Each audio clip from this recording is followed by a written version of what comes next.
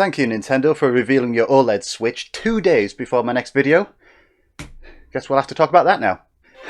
Yes, the rumours were true. Well, some of them. Not all of them, but some of them were true. Yes, there's a new OLED Switch coming out in October. And it's really stirred a lot of people, mainly because it doesn't support 4K. But it's coming soon, the new bigger screen Switch. I'm not gonna lie, it's intrigued me. The thing is, I've already got 3 Switches. Do I really need a 4th? And some people are going to be asking, is it going to be worth the upgrade? If you can call it an upgrade. Hello fellow gamers, and do I really need a 4th Switch?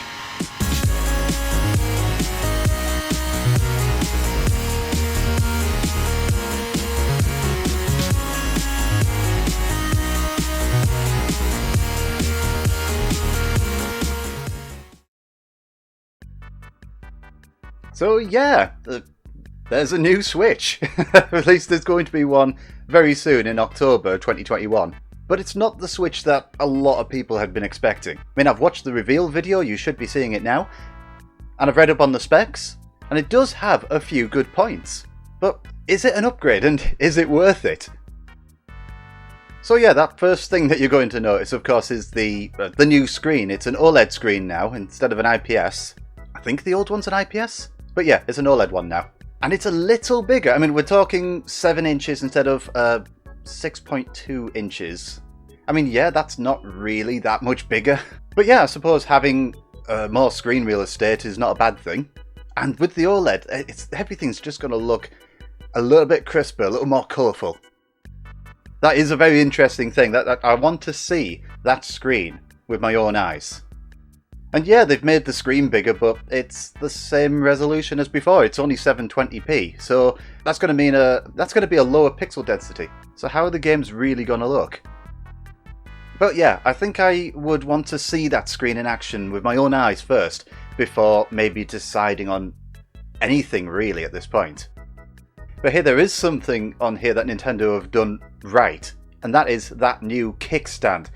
I really like that. I really like that idea a lot. Because the old one, it was just this little flimsy little piece of plastic, and oh dear, I've lost count of how many people I know who've actually lost theirs, and it's broken, and it's not staying open anymore. But this one looks so much more durable. And I like it, it's adjustable as well. Because again, going back to the old one, I found a lot of the time that the viewing angle was just not quite right. It definitely wasn't steep enough. You can definitely go steeper with the new one because it's entirely adjustable. I'm really loving that kickstand. Well done, Nintendo.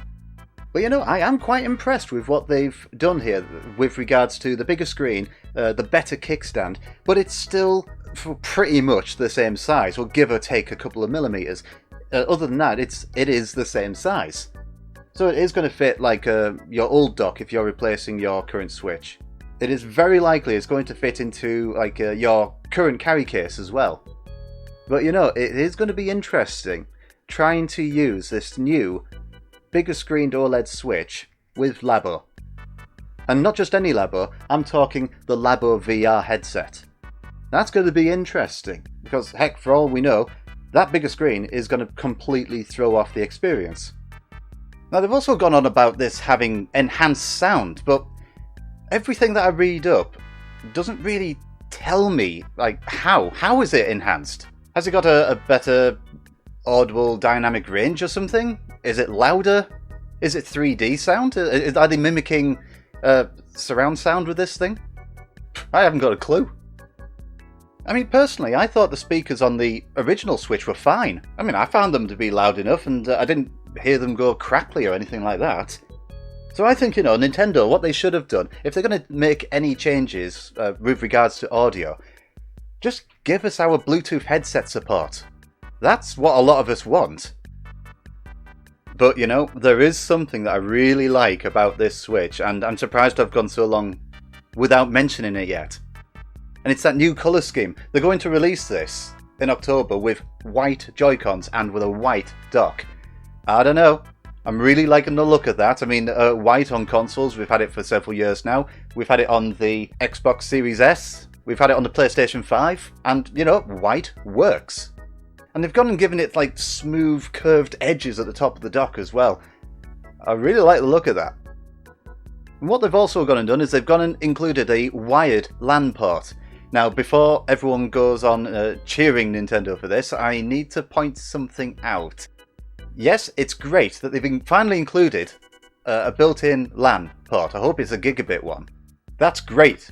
However, that is at the cost of a USB port. And quite frankly, a USB port is a far more useful port to have. Because, for example, you can go ahead and plug an extra controller in it. And if you really want a LAN port in your dock, just go ahead and get yourself a cheap USB dongle. That's what I did. Works just fine. And on top of all that, they've gone ahead and increased the internal storage. They've raised it from 32 gigabytes to 64 gigabytes. Which is great. More storage is always good. But what I don't understand though is, why is Nintendo always so frugal with storage space? I mean, this was very evident with the Wii U when they released the white 8GB model and then the black 32GB model. Neither of those were ever enough, really, in my opinion. I know that I quickly slapped an external hard drive on that thing very shortly after I bought it. So with Nintendo always been so tight with their internal storage, I think pretty much everyone who's got a Switch has got an SD card put into it. I mean, I've got a 400GB hard drive in here, and it's nearly full actually. But yeah, I'm set for storage. I don't need the extra 32GB that's inside the new Switch. But other than those, there's really no other difference between this and the standard Switch. It's still got the same processor, it's still got the same amount of RAM, screen resolution's the same, it's a bigger, better contrast screen, but it's still the same resolution.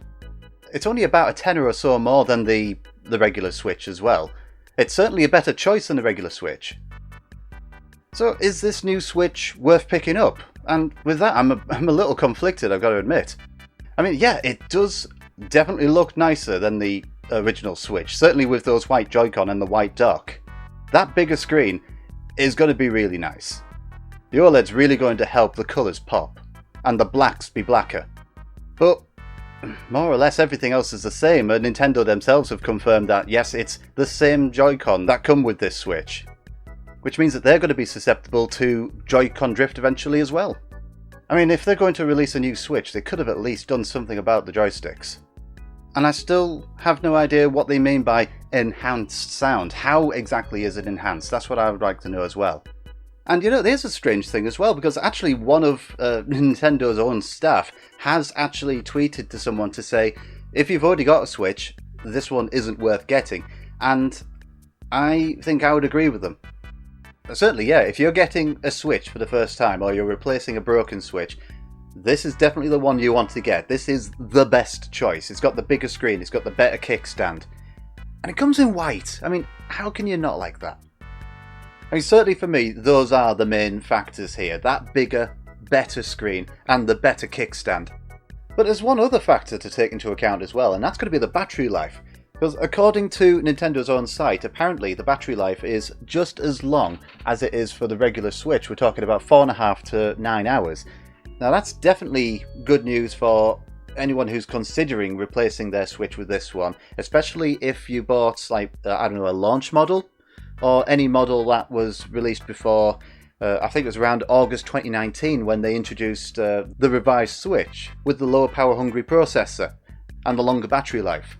Because I think we're only getting, what, about 4 hours tops on the earlier models. And I know that 2 of my models here are those earlier models. Because over the last few months, I have actually been finding myself using my Switch in handheld mode a lot more. I'll happily play it in handheld mode while I've got something on the telly. I don't know, I'm conflicted, I am. For me, it's a bigger, better screen, better kickstand, better battery life. Those are the main things for me, certainly. Ooh, and that white colour scheme too. But beyond that, there's nothing else different, so you've got to really ask yourself, are those enough to pick it up? For some it might be yes, for others it might be no. I'm right there in the middle. I don't know. But what are your thoughts on this new Switch, this new OLED Switch? Are you considering getting one? Are you going to be getting it as your first Switch, or are you replacing your current Switch with this? Let everyone know down below in the comments. And if you want to hear more from me and my musings, you know, there's always that subscribe button if you want to hear more. Right, now with that out of the way, I'm going to go and carry on with my next video. So thanks very much for listening. Please leave a like if you like the video, and I'll catch you all next time.